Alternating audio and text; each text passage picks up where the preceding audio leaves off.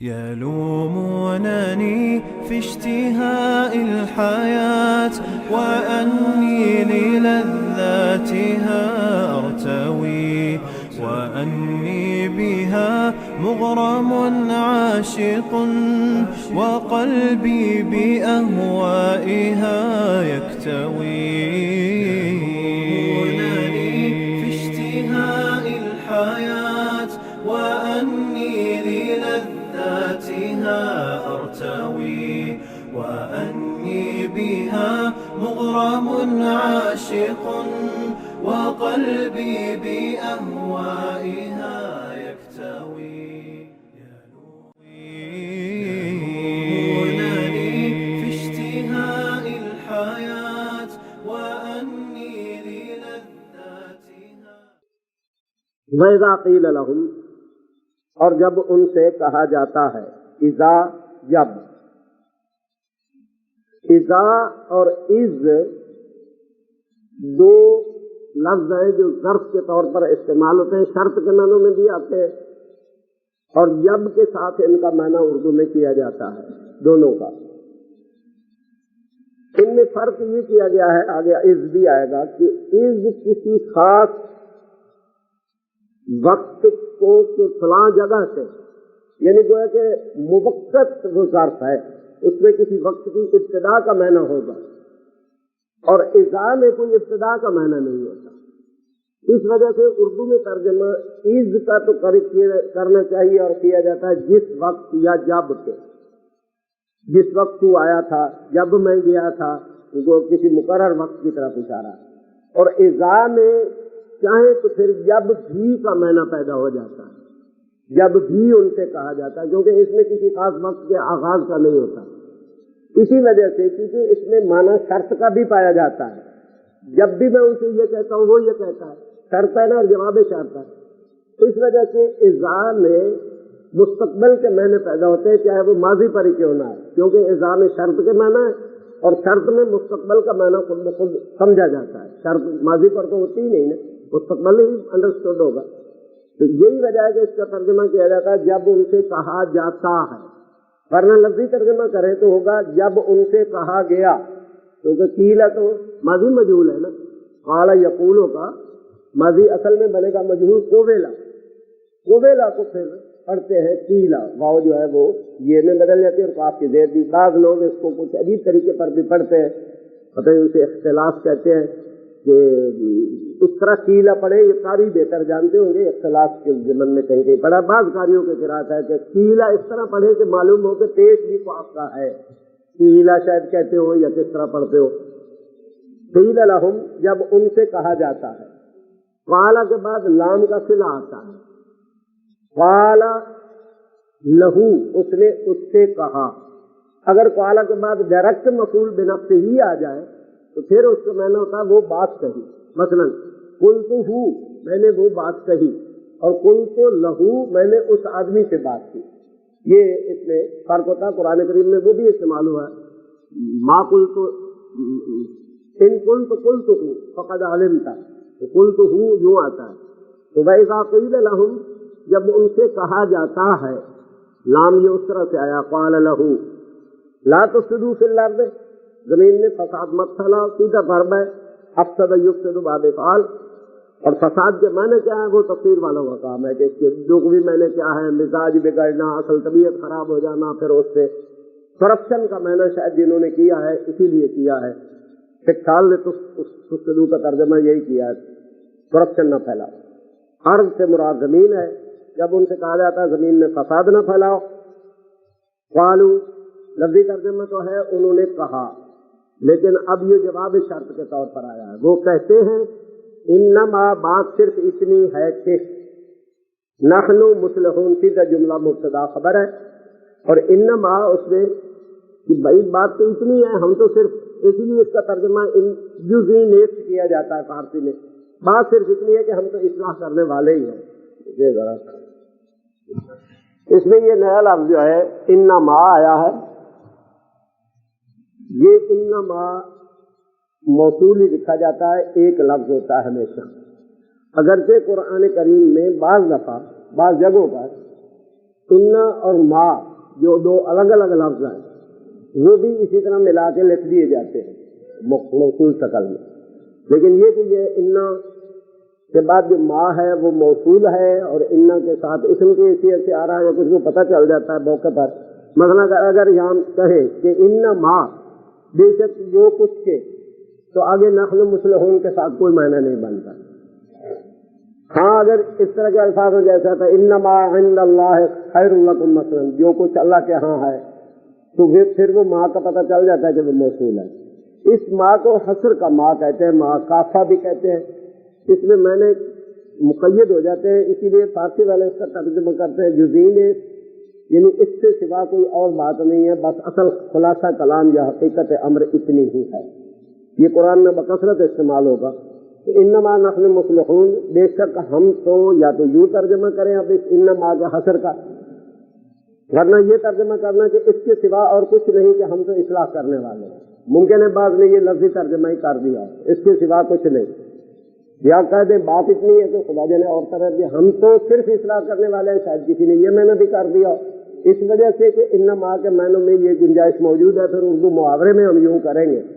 ورنہ اصل ترجمہ جو ہے انما بات اتنی ہے کہ اس سے زیادہ نہیں ہے کہ نحن مصلحون، ہم اصلاح کرنے والے ہیں. مصلحون اصلاح یصلح، اصلاح کرنا، درست کرنا کسی کو، سلو کرانے کے معنوں میں بھی قرآن میں آیا ہے. اصلحوا بینکم اس طرح سے آتا ہے، اصلاح ذات البین کے لیے آیا ہے. بہرحال بگاڑ کو دور کرنے کے لیے اصلاح یصلح، کوئی نقص دور کرنا، ان کے معنوں میں بھی آیا ہے. مثلا حضرت زکریا علیہ السلام کے سلسلے میں آیا وَأَصْلَحْنَا لَهُ زَوْجَهُ، ہم نے اس کی بیوی کو ٹھیک ٹھاک کر دیا. تو اس طرح سے اصلاح یصلح کا میں نے کسی بگاڑ اور خرابی کو دور کرنا ہے، اسی معنوں میں سلو کرانا بھی آتا ہے، وہ بھی ایک خرابی ہوتی ہے.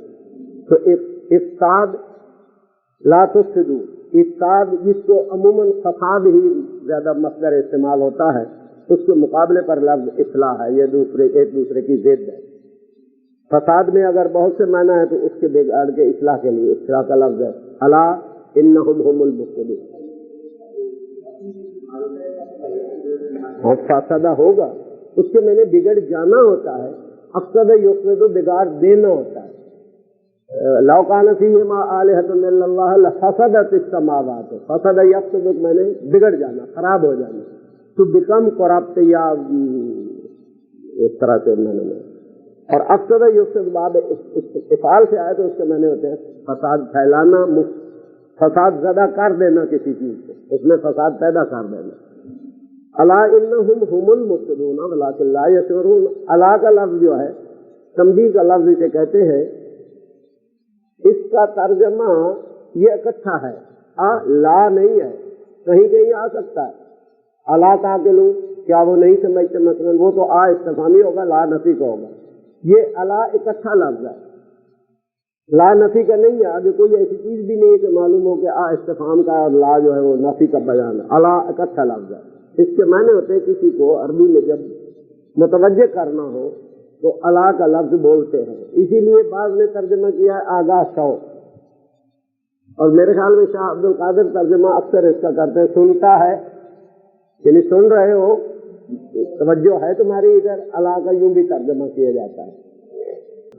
انہم، انا کی خبر، انا کا اسم ہم ہو گیا اور المفسدون اس کی خبر تھی، لیکن وہ پورا فکر وہی بات یہاں ہے کہ چاہے ہم المفسدون میں ہم کو ضمیر فصل مانے اور انا ہم کی خبر المفسدون معرفہ ہے، اور چاہے کہیں کہ ہم المفسدون پورا جملہ ہے جو پہلے انا ہم کی خبر ہے.